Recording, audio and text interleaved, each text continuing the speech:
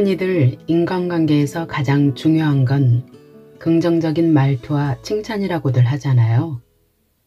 그런데 대화 코칭 전문가인 이책이 저자 하야시 겐타로는 이렇게 말합니다. 긍정이나 칭찬보다 더 중요한 건 상대의 말을 부정하지 않는 말투입니다. 그저 부정적인 말투를 버리는 것만으로도 갈등의 90%가 해소됩니다. 우리가 흔히 생각하듯 아니 그게 아니라 근데 하지만 이라고 운을 떼면서 상대의 말을 반박하는 것만이 부정이 아니고 무관심, 인상쓰기, 한숨, 외면 등등의 메타메시지도 전부 부정에 해당된다고 합니다. 이 책에는 상처를 주지도 받지도 않는 대화를 위한 부정하지 않는 언어 습관, 상처받지 않는 대화법, 내 곁에 사람을 남기는 대화 기술 등 39가지의 화법과 방안을 구체적으로 제시하고 있습니다. 인간관계를 더 좋은 방향으로 이끌어줄 아무도 상처받지 않는 대화법, 함께 들어볼까요?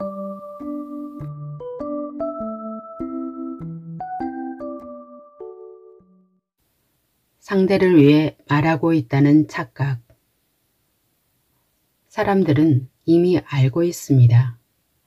자꾸 부정만 하면 안 좋다는 걸. 부정하지 않고 받아들이는 게 중요하다는 걸 말이죠. 그런데 머리로는 알면서도 왜 무심코 부정하는 말과 행동을 하게 될까요? 저희 부모님이 바로 그랬습니다. 중학교 시절에 저는 진지하게 자동차 공기역학 디자이너가 되고 싶다고 부모님께 말씀드렸습니다. 그 말을 들은 아버지는 깜짝 놀라며 이렇게 말씀하셨습니다. 좀 더 평범한 건 없냐? 하고 싶은 말은 알겠는데. 난처하다는 표정을 짓던 아버지의 얼굴이 지금도 똑똑히 기억납니다. 참고로 어머니는 하면서 한숨을 내쉴 뿐이었죠. 또 당시 담임선생님은 그런 말도 안 되는 소리 하지 말고 진학이나 고민해라 라는 진심 어린 조언을 던졌습니다. 내가 하고 싶은 일을 말하면 부정당한다. 어른들과 대화를 나눈 후 저는 이렇게 믿게 되었습니다. 그리고 부모님과 선생님에 대한 분노와 불만을 마음속 깊이 아로새겼습니다. 나중에 뭐가 되고 싶냐고 물어서 솔직하게 대답했더니만 도대체 뭐야? 어차피 부정할 거면서. 내가 하고 싶은 건 원래 안 된다는 말이잖아.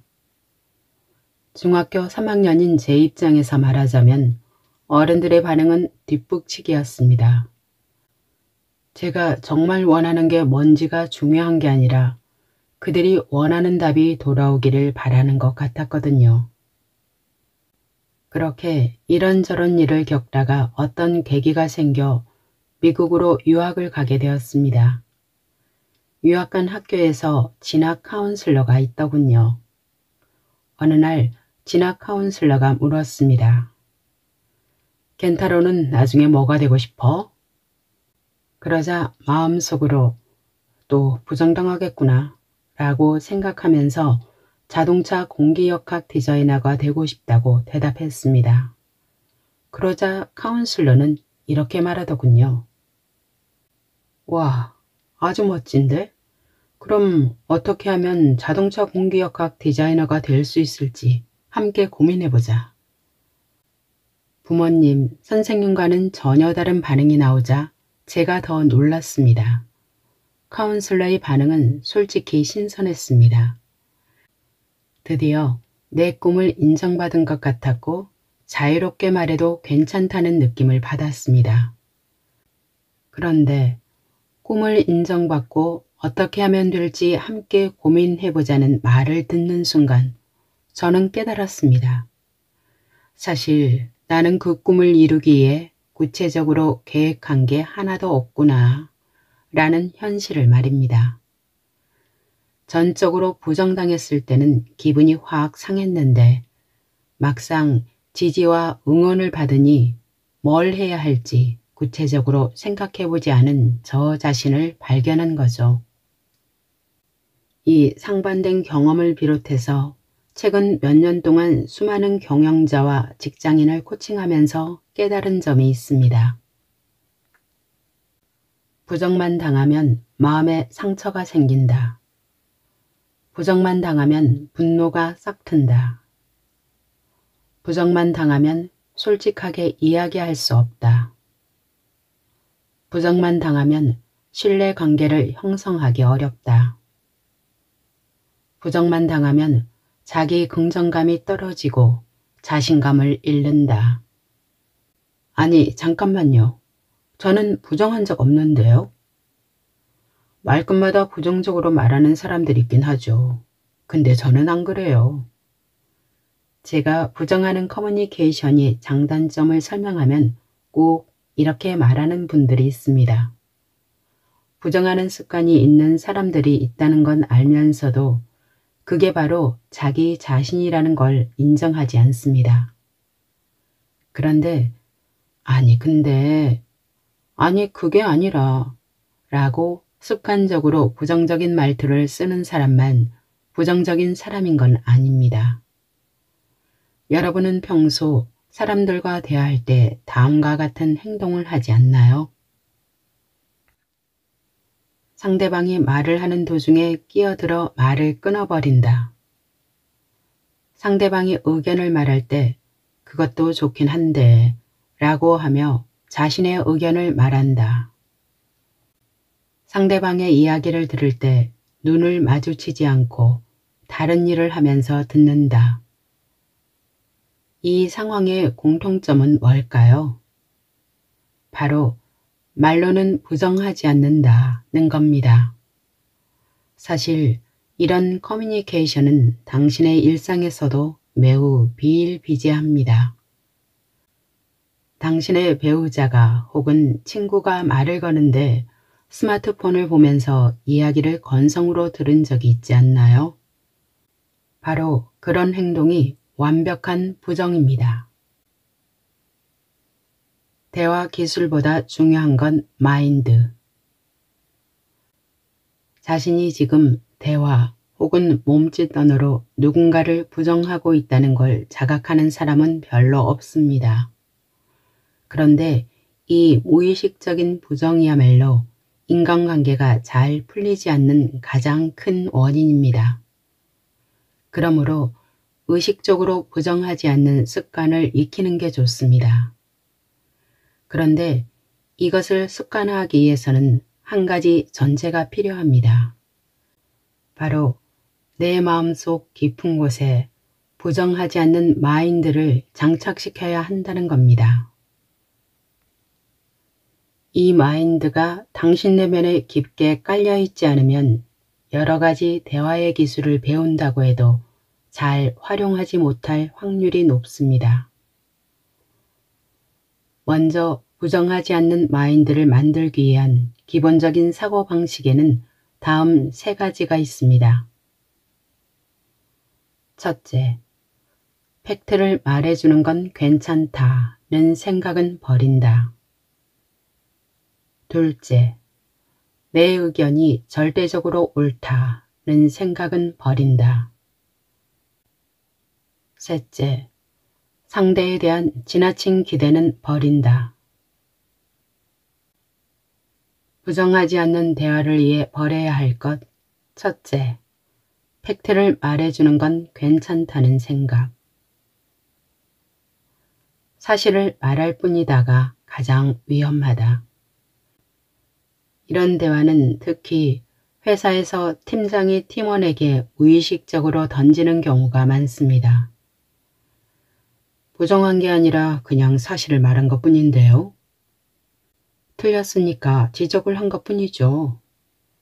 그들은 흔히 이렇게 반문합니다. 그런데 이건 엄청난 문제입니다. 다시 말하면 오히려 사실이기 때문에 더더욱 마이너스입니다. 사실을 전달했을 뿐이라고 생각하기 때문에 상대방을 부정하거나 비난한 자신의 행동이 정당하다고 생각하는 게 더 문제라는 겁니다. 팩트는 때로는 무기가 되기도 합니다. 그렇다면 어떻게 해야 할까요? 여기서 고려해야 할 점은 부정하느냐 안 하느냐도 아니고 그 말이 사실인지 아닌지도 아닙니다. 가장 중요한 건 바로 그 말을 들은 사람이 부정당했다고 느끼는지입니다. 그러므로 내가 팩트를 얼마나 논리적으로 잘 말하는지가 아니라 내가 한 말을 상대방이 어떻게 받아들일지를 먼저 생각해 보라는 겁니다. 이것이 부정하지 않는 마인드를 장착하기 위해 가장 중요한 점입니다. 나는 그런 사람 아니야. 나는 정말 남들을 부정한 적이 없어. 라고 찰떡같이 믿고 있는 사람이 팀원을 트레이닝하기 위해 일부러 부정하는 사람보다 훨씬 더 나쁩니다. 혹시라도 자신이 여기에 해당되는 건 아닌지 꼭 점검해 보시기 바랍니다. 그런 경우라면 당신은 지금 무의식 중에 상대방을 부정하면서 인간관계에서 큰 손해를 보고 있습니다. 잘 모르겠다면 당신의 말을 듣고 있는 상대방의 태도를 관찰해 보세요. 욱한다. 고개를 숙이고 아무 말도 하지 않는다. 손을 꽉 쥐고 있다. 혹시 상대방이 이런 태도를 보인다면 당신은 상대를 부정했을 가능성이 높습니다. 스스로 점검해보고 나서 만일 여기에 해당된다면 빨리 알아차려야 합니다. 내가 상대를 부정하고 있다는 사실을 깨닫는 것. 이것이 상처를 주고받지 않는 대화법의 첫 걸음입니다. 그리고 상대방이 실패한 이유 혹은 단점은 사실이니까 있는 그대로 이야기해도 괜찮다는 생각은 버리고 사실이라도 그 말을 들은 상대방이 어떻게 느낄지를 먼저 떠올려 보세요. 그게 중요합니다. 부정하지 않는 대화를 위해 버려야 할 것 두 번째. 내 의견이 절대적으로 옳다는 생각. 많은 사람들이 토론이란 것을 이기기 위한 싸움이라고 생각하는 경향이 있습니다. 그러다 보니 가족이나 친구 사이에서 일상적인 이야기를 하거나 어떤 사건에 대한 이야기를 나눌 때도 너의 말이 옳은지 내 말이 옳은지를 대결하는 구도로 대화가 흐르게 되면 어느 순간 싸움으로 번지거나 어느 한쪽이 기분이 나빠집니다. 비즈니스, 정치 등의 세계에서는 더더욱 상대방의 의견을 꺾고 내 주장을 관철하려는 풍조가 강합니다. 그런데 사실 대부분의 경우 이기고 지는 싸움을 할 필요가 없습니다. 중요한 것은 의견의 차이를 다양성으로 인정할 수 있는가입니다. 워싱턴 대학의 명예교수이자 심리학자 존 카트맨 박사는 어른들 사이에서 일어나는 문제나 과제의 69%는 명확한 답이 존재하지 않는다고 이야기한 바 있습니다. 즉, 인간관계에서 일어나는 문제에는 수학 문제처럼 단 하나의 정답이 있는 게 아니라는 거죠. 이렇게 명확한 답이 없는 것에 대해 이야기하고 있는 것이기에 옳고 그름을 따진다고 해서 명확한 결론이 나오는 게 아닙니다. 제 지인 중 한 명은 아내와 아이를 인터내셔널 스쿨에 보낼지 말지를 놓고 다퉜다고 합니다. 아내는 어릴 때 인터내셔널 스쿨에 보내면 나중에 영어 때문에 고생하지 않아도 된다고 주장했고 지인은 아직 모국어도 잘 못하는 아이에게 영어를 가르칠 필요가 없다고 맞서며 의견이 팽팽하게 대립했다고 합니다.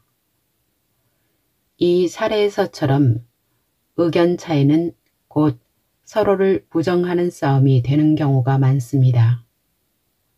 서로 가치관이나 사고방식의 차이가 있는데 각자 나름대로 자신이 옳다고 생각하는 정답을 들이대기만 하면 싸움이 될 뿐입니다. 설령 어느 한쪽이 이기고 논쟁을 끝낸다고 해도 다른 한쪽에서는 반드시 원한이 남습니다. 그 자리에서는 어느 정도 해결이 되었다고 해도 또다시 의견이 엇갈리는 문제에 부딪히면 과거에 있었던 문제가 다시 드러나게 마련입니다. 그렇다면 어떻게 해야 할까요?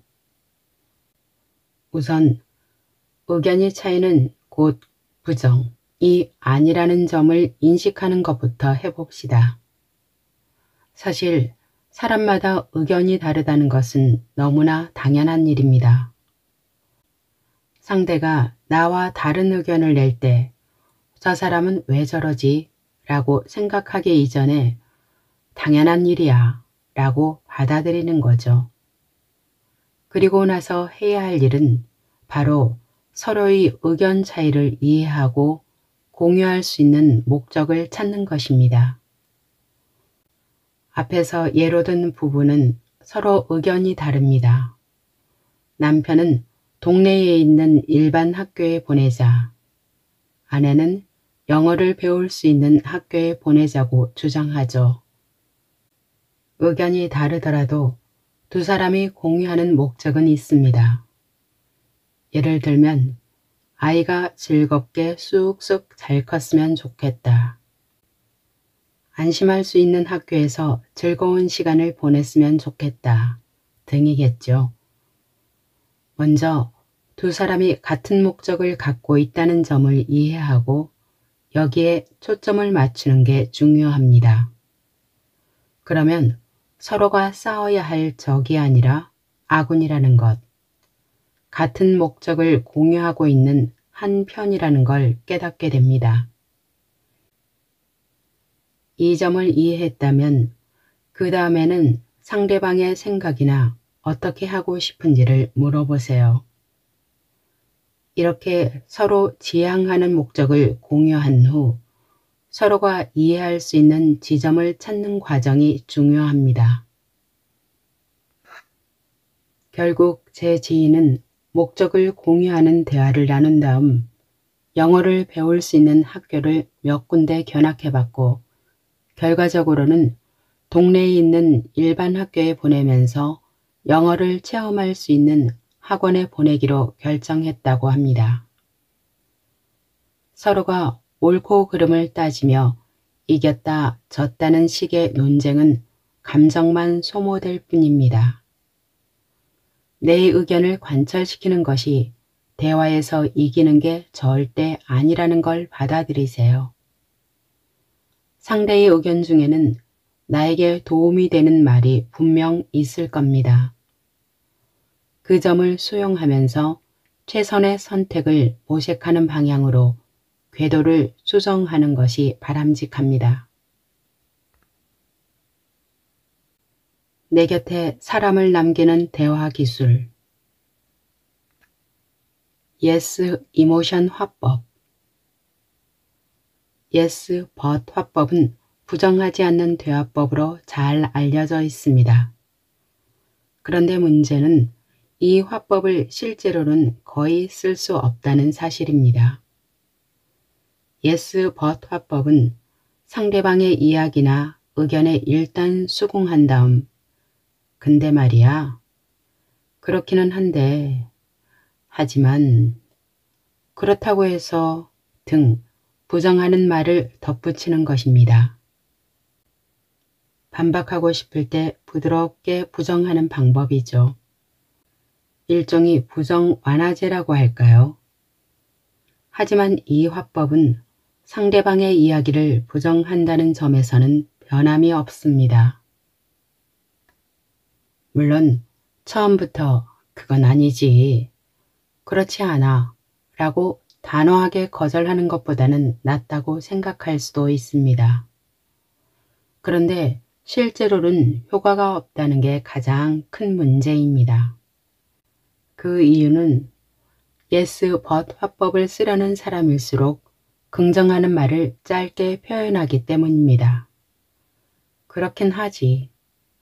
딱 이 한마디만 하고 바로 근데 말이야 로 넘어가는 경우가 많습니다. 이 때문에 상대방은 자신의 의견을 수긍해줬다고 느끼지 않습니다. 우리는 일상생활에서 습관적으로 이런 말을 하는 모습을 심심찮게 볼 수 있습니다. 어느새 부정의 뜻을 내비치는 대화를 시작하면서 상대방에게 선전포고를 하는 거죠. 그렇다면 어떻게 해야 할까요? 최근에는 긍정한 다음에 부정하지 않는 yes and 화법이 일반화되고 있습니다. 그런데 제가 추천하고 싶은 것은 상대방을 더 기분 좋게 만드는 yes 이모션 화법입니다.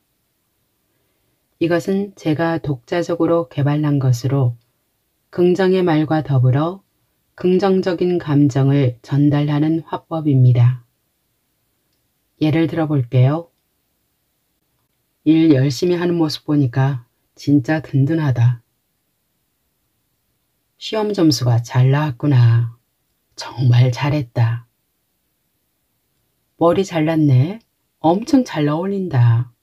산뜻해 보여. 이렇게 긍정하면서 내가 느끼는 긍정적인 감정을 전달하는 것이 이 화법의 공식입니다. 이렇게 말하면 상대방의 인정 욕구를 충족시킬 수 있으므로 관계가 좋은 방향으로 나아갑니다.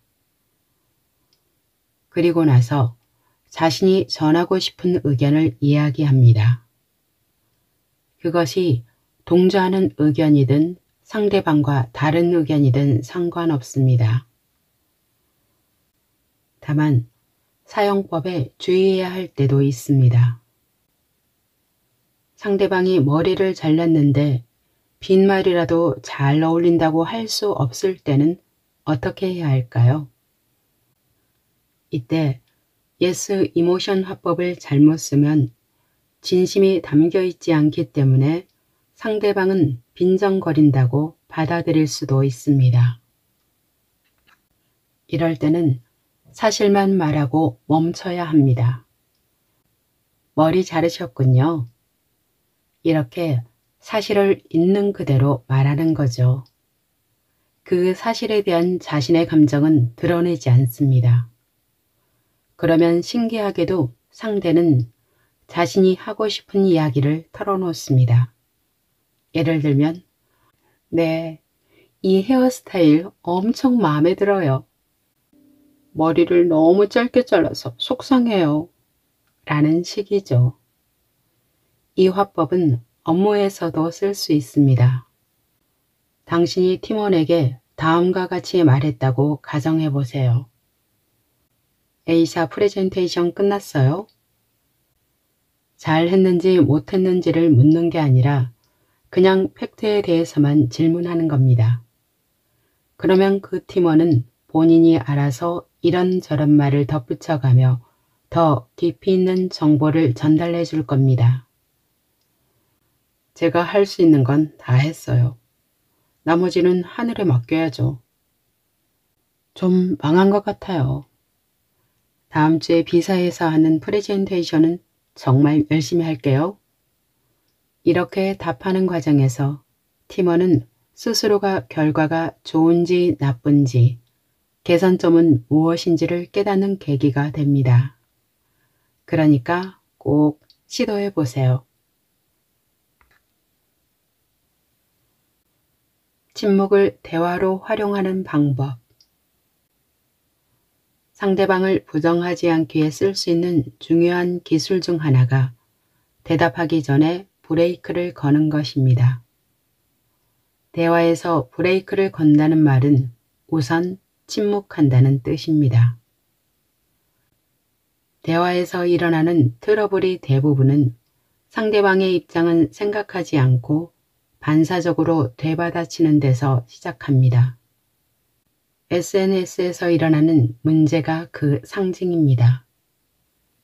상대방의 SNS에 악플을 다는 사람은 당사자의 마음이 어떨지는 생각하지 않습니다. 그것에 대한 고민이 없기 때문에 그저 직관적이고 반사적인 글을 남기는 거죠. 만약 당신이 반사적인 커뮤니케이션을 하고 있다면 우선 적극적인 침묵을 습관으로 들이는 게 첫 번째 할 일입니다. 지금 내가 하는 말이 꼭 필요한 말인가? 항상 스스로에게 이 질문을 던지세요. 지금이 정말 내가 말할 타이밍인가? 내가 말하고 싶은 충동에 이끌려 혼자 떠들고 있는 건 아닐까? 이 점을 명심하라는 것입니다. 다시 말해, 내가 말하고 싶은 욕망에 이끌려 불필요한 말을 늘어놓고 있는 건 아닌지 침착하게 생각해 보라는 것입니다. 이야기를 가로막는 순간 그것은 이미 상대방을 부정하는 것이나 마찬가지라고 생각해 보세요. 그러면 다음 스텝으로 넘어가겠습니다. 상대방이 하고 싶은 이야기를 다 한 것 같으면 그때부터 최소한 2초간 침묵하는 겁니다. 머릿속으로 숫자를 세는 동안 내가 하는 말이 상대방에게 부정적으로 들릴지 않을지를 냉철하게 판단하는 거죠. 물론 2초 만에 안 될 것 같은데 라고 생각하는 분은 5초라도 상관없습니다. 단 한순간이라도 의식적으로 생각하는 시간을 갖는 게 중요합니다. 상대방이 말에 반사적으로 부정적인 반응을 하지 않도록 말이죠. 이때 2초는 상대방의 말을 부정하지 않기 위해 대비하는 시간이라고 생각하면 됩니다. 말하자면 분노 관리와 같은 개념입니다. 상대방의 이야기를 듣고 있다가 불쑥불쑥 화가 치밀어 오를 때 분노에 휩싸인 채 말을 내뱉게 되면 상대방과의 관계는 돌이킬 수 없는 지경에 이를 수 있습니다.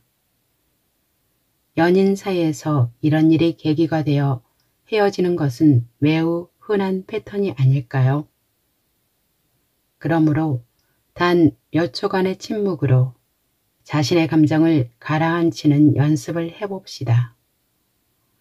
이렇게 침묵하고 있으면 상대방은 이런 반응을 할 수도 있습니다.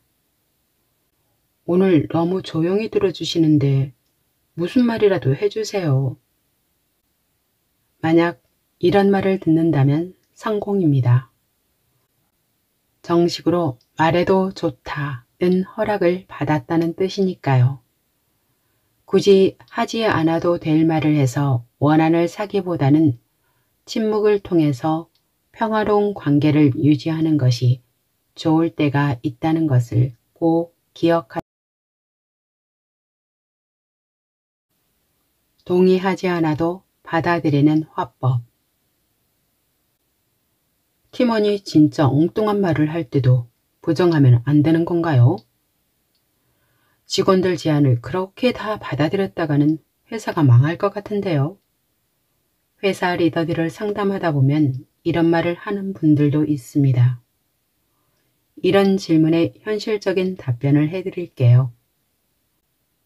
부정하지 않는다는 건 상대방의 말이나 생각, 의견, 행동을 전적으로 부정하지 않는다는 의미입니다. 그렇다고 해서 상대방이 하는 모든 말에 예스라고 답해야 한다는 게 아니라는 거죠. 부정할 수밖에 없는 것은 부정한다. 잘못된 것은 잘못됐다고 말한다는 것은 중요한 일이고 옳은 일입니다. 다만 여기서 포인트는 어떻게 전달하느냐입니다. 그렇다면 실제 상황에서는 어떻게 해야 할까요? 우선 상대방이 말한 내용을 그대로 인정하는 것부터 시작해야 합니다. 인정한다는 것은 말하자면 받아들인다는 자세입니다. 구체적으로 해야 할 일은 내레이션 화법입니다. 무엇이라는 생각을 하고 있군요. 무엇이라는 말이군요. 무엇이라는 게 있군요. 이렇게 상대방이 제안한 내용을 그대로 반복하는 것입니다. 찬성도 동의도 아닌 일단 사실을 받아들인다는 것이 포인트입니다. 만약 상대방이 무엇이 싫다고 감정적인 표현을 하더라도 그것까지 포함해서 있는 그대로 받아들입니다. 이런 방식을 코칭 기법에서는 인정이라고 부릅니다. 여기서 인정한다는 것은 상대방이 그렇게 생각하고 느끼고 말하고 있다는 사실을 내가 받아들인다는 뜻입니다. 꼭 그래, 당신 말이 맞아. 정말 그러네 라고 상대방의 말에 적극적인 동의를 표현하지 않아도 됩니다. 그저 상대방이 지금 어떤 상태인지를 있는 그대로 받아들이고 상대방의 의견을 존중하고 있다는 걸 표현하면 됩니다. 여기서 키포인트는 존중입니다. 그렇군요. 땡땡씨는 무엇이라고 생각한다는 거군요. 땡땡씨의 의견은 제가 잘 이해했어요. 관점에 따라서는 그렇게 생각할 수도 있겠네요. 만약 절대 동의할 수 없고 상대방이 틀린 말을 하고 있다고 해도 아, 그렇군요. 그렇게 생각할 수도 있겠네요. 라고 전달하는 게 중요합니다. 이렇게 나와 의견은 다르지만 나는 당신의 의견을 존중하고 있다. 혹은 나는 당신의 의견을 존중하기 위해 노력하고 있다는 것을 표현하는 것만으로도 충분합니다. 그러기 위해서는 상대방의 마음과 생각을 먼저 받아들이는 것이 중요합니다. 냉장고 화법. 상대의 말에 전혀 동의할 수 없는 상황에서는 부정하지 않는 대화법을 실천하려고 해도 힘들 때가 많죠. 이번에는 그런 상황에서 쓸 수 있는 표현에 대해 이야기해 보겠습니다. 간단한 예로 함께 식사하기로 한 상대에게 오늘 뭐 먹고 싶은지를 물었을 때의 상황을 생각해 봅시다. 상대는 장어가 먹고 싶다고 말했습니다. 그런데 당신은 그날따라 속이 더부룩해서 담백한 음식을 먹고 싶었죠. 이럴 때는 어떻게 대화를 이어나가야 할까요? 상대방의 말을 부정하지 않으면서도 다른 메뉴로 바꾸고 싶다면 이렇게 말해보세요. 장어? 장어도 좋은데 혹시 또 다른 먹고 싶은 거 없어요? 그러면 상대가 땡땡씨는 뭐 먹고 싶은데요? 라고 물어볼 수도 있습니다. 그렇게 되면 상대로부터 말해도 된다는 허락을 받은 것이기 때문에 오늘은 속이 좀 더부룩해서요. 메밀국수 같은 건 어때요? 하고 자신의 생각을 전달할 수 있습니다. 또 이때 상대가 제안한 의견에 대해서 언급하고 넘어가는 것도 좋은 대화법입니다. 아, 장어 좋아하는구나. 기억해 둘게요. 다음에 꼭 시간 내서 가요. 이렇게 상대방의 의견을 아예 무시하지 않고 일단 보류하는 것을 저는 냉장고에 넣는다고 표현해 봤습니다. 그래요. 그렇게 생각할 수도 있겠네요. 그 생각은 일단 냉장고에 넣어둘게요. 또 다른 생각은 없을까요? 이런 식으로 쓰면 됩니다. 회사에서 팀장과 팀원 사이에서 나누는 대화를 생각해 볼까요? 예를 들어 연담 자리에서 팀장이 팀원에게 땡땡씨, 내년에는 어떻게 하고 싶어요? 라고 물었을 때 팀원이 내년에는 다른 업무를 좀 해보고 싶은데요. 부서 이동을 할 수 있을까요? 라고 말했다고 가정해 보세요. 이때 너무 놀란 나머지 그건 좀 곤란하지 라고 말하고 싶겠지만 그걸 꾹 참고 대신 이렇게 말하는 겁니다. 부서 이동을 원하는 거구나. 그 의견은 일단 잘 기억해 둘게요. 이 대답이 바로 그 생각은 냉장고에 넣어둘게요 의 변형입니다. 이때 아, 그래? 그런 생각을 하는구나. 그래서 어떻게 하고 싶은데? 라고 구체적인 의견을 물을 수도 있습니다. 그러면 상대방이 제 생각은 그런데 그렇게 되면 지금 하고 있는 프로젝트 마무리할 시간이 없으니까요. 하면서 자신의 생각을 스스로 검토하기 시작하고 지금 당장 부서 이동을 하는 건 아무래도 어려울 것 같아요. 하고 스스로 자신의 의견을 반박하는 경우도 있습니다. 부서 이동을 하면 지금 하고 있는 프로젝트는 어떡하라는 거야? 이렇게 질책 섞인 말부터 꺼내게 되면 역효과를 낳는 경우가 많습니다. 상대방이 내 생각이라는 공을 던졌는데 당신이 그 공은 잘못된 거야 라고 판단하며 공을 잡지 않으면 그것이 바로 상대를 부정하는 행동입니다. 그러므로 일단은 상대가 던진 공을 잡으세요. 아, 이런 공을 던져주었구나 라는 사실을 인정하면 됩니다. 그리고 다른 공은 없나요? 라고 물으면 상대방이 이런 공도 있습니다 하고 대안을 제시하기도 합니다. 바로 이것이 부정하지 않으면서도 새로운 옵션을 선택하는 방법입니다. 그런데 한번 냉장고에 넣어두겠다고 말했다면 그것을 절대 잊어서는 안 됩니다. 꼭 예전에 했던 이야기를 기억하고 있다는 걸 상대에게 알리는 게 중요합니다. 지난번에 부서 이동하고 싶다고 했는데 지금은 어때요? 저번에 장어 먹고 싶다고 했죠? 오늘 갈래요? 이렇게 그 사람과 나눴던 이야기를 잊지 않고 꺼내면 상대방은 아, 이 사람은 내가 했던 이야기를 기억하고 있구나. 달리 말하면 아, 이 사람은 내 의견을 진짜 존중하고 있구나 라고 느끼게 됩니다. 자신의 말을 존중해주는 사람에게 마음의 문을 여는 것은 인지상정입니다. 그러므로 한번 상대방의 생각을 냉장고에 넣어두었다면 절대 잊지 말고 먼저 꺼내보세요.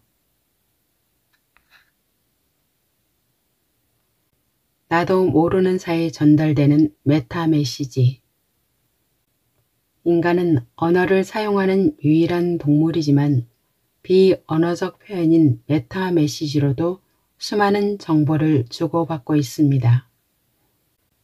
실제로 언어적 커뮤니케이션보다 비언어적 커뮤니케이션이 관계에 더 큰 영향을 미친다는 연구 결과도 있습니다.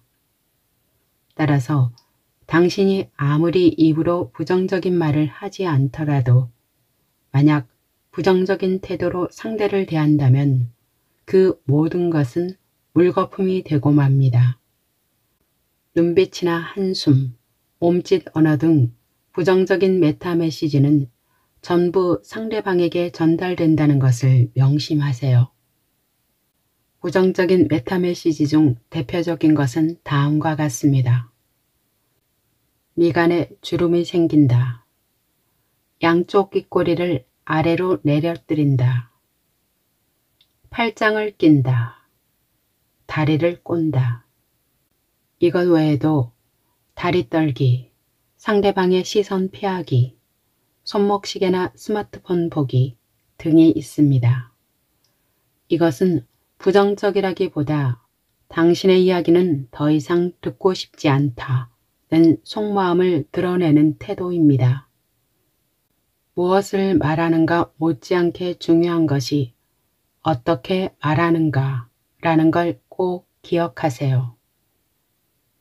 그렇다면 긍정적인 메타메시지에는 어떤 것이 있을까요? 이 중에서 가장 중요한 것은 웃는 얼굴입니다. 먼저 거울을 보면서 평소에 자신이 어떤 표정을 짓고 있는지 확인해 보세요. 의외로 무뚝뚝한 표정을 짓고 있다는 사실에 놀랄지도 모릅니다. 아침에 출근을 했는데 아직 말 한마디도 안 했는데 왠지 저 사람이 기분이 안 좋아 보인다고 느낀 경험이 다들 있지 않나요? 왠지 저 사람에게 말을 걸었다가는 내 기분까지 상할 것 같은 느낌을 풍기는 사람. 최소한 그런 사람은 되지 말자라고 결심해 보세요. 항상 기분이 나빠 보이는 사람. 자기 자신과 세상에 불평, 불만이 가득한 사람. 그런 사람과 함께 있고 싶어 하는 사람은 없습니다. 그런 사람에게는 행운이 왔다가도 도망가 버립니다. 나에게 행운이 찾아왔을 때 꽉 잡을 수 있도록 최소한의 기분 관리가 필요합니다. 그러려면 나의 기분을 좋게 만드는 법을 나 스스로 터득하고 있어야 합니다. 정말 싫어하는 일을 타인을 위해 억지로 하고 있지는 않나요? 필요 이상으로 신경 쓰지 않아도 될 사람에게까지 에너지를 쓰고 있지는 않나요? 내가 좋아하는 것을 나 자신에게 해주고 있나요? 이런 질문들을 나 자신에게 던져봐야 합니다. 그래야 내 기분을 내가 만들어갈 수 있으니까요. 중요한 건 내 기분은 나 스스로 관리할 수 있다고 믿는 것입니다. 그래야 기분의 노예가 아니라 기분의 주인이 되어서 살 수 있습니다.